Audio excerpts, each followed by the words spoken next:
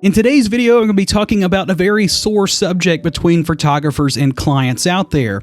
I know that the majority of photographers watching this video are probably going to have my back, and a lot of clients, well, I'm going to go ahead and stop you right now and say that if you really want the raw images that you're having a photographer shoot, you need to make sure up front that the particular photographer you hire is going to give you those images. With that out of the way, let's go ahead and talk about this. Notice a little trend on TikTok and other social media sites where a photographer will do something along the lines of why I didn't give my clients the raw images. And they'll show these very beautiful images that they clearly have edited alongside the raw photos. And the majority of comments on these videos that are negative towards the photographers about these particular edits are always like, well, I like the raw look better. That's fine. We all have difference of opinion on what we think looks the best or looks worse than others, or what we want or what we don't want. That's one of the beautiful things about all of us different photographers learning our own styles and unique sets to separate ourselves from everybody else. Because at the end of the day, if every single photographer created the exact same kind of image using the exact same edits or lack thereof, it just wouldn't be interesting, and at that point, it really wouldn't be art anymore. So why do photographers choose to keep their raw files and not share them with clients? Well, there's a few different reasons for that, and I can't speak for everybody out there, but I'll toss out a few reasons why I never turned over the raw images. One of the reasons why is because these photos were my work and they represent myself, my brand, my name, and my reputation.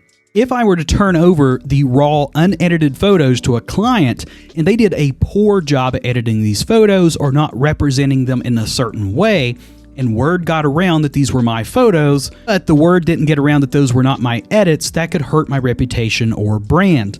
If they did a terrible job, it's going to look like I did a terrible job. And then two, not even just the editing process, but it could make my photos look so bad that it would just look like that my overall compositions and everything else was just not up to par standards. Reason number two is most clients are not going to have the software required to view these photos or even be able to get them into certain programs or software to be able to get prints from them. So let's say, for example, you're a client of mine and you want just the raw photos, you don't care about edits, you don't care about JPEGs. So I send you over a bunch of raw files and you want to go to somewhere like Walmart or Walgreens or wherever and get yourself some prints. Well, I can tell you right now, those files are probably not going to upload to those systems for you to get prints from, and the file sizes are going to be so massive that your normal type of computer probably won't be able to handle those. So it's not all about the aesthetic purposes of the edited images that I want you to have. It's also that you probably don't know how to utilize those particular files. And think about it this way. If you were to go to a certain painter or artist doing some type of artwork and ask them to commission a piece for you, chances are you're probably not going to take that piece and make your own edits to it. And realistically, all those reasons aside, at the end of the day, when you pay a photographer to take pictures for you, you're not just paying for the images themselves, but you're paying for that photographer, again, their style, their expertise, and their knowledge behind the art of using a camera and creating these particular photos.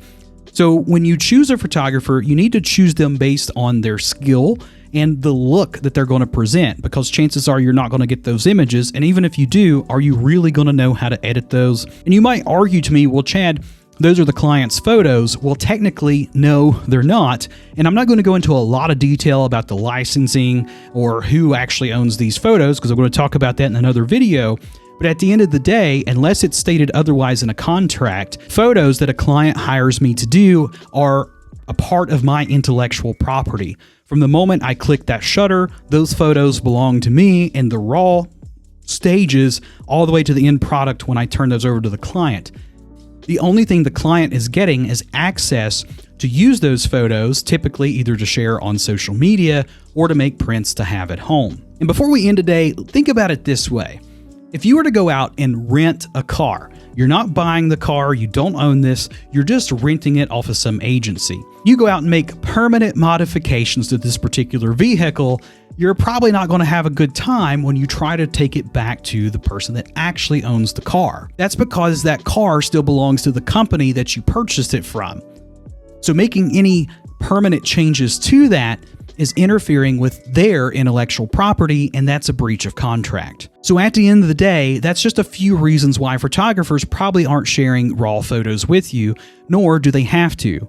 And again, if you're a client and you really want the raw photos, you need to be shopping around for a photographer who's going to be willing to give you those. Or maybe find yourself a photographer who uses natural light and does minimal editing, so that way you retain the essence of what the photo would have looked like in a raw state. Now I want to hear your thoughts. Let me know in the comments section below about whether you like to have the raw photos or you're perfectly fine going out and shopping for a photographer that achieves a look that you like to have. I hope you enjoyed today's video, and as always, be sure to create something new today.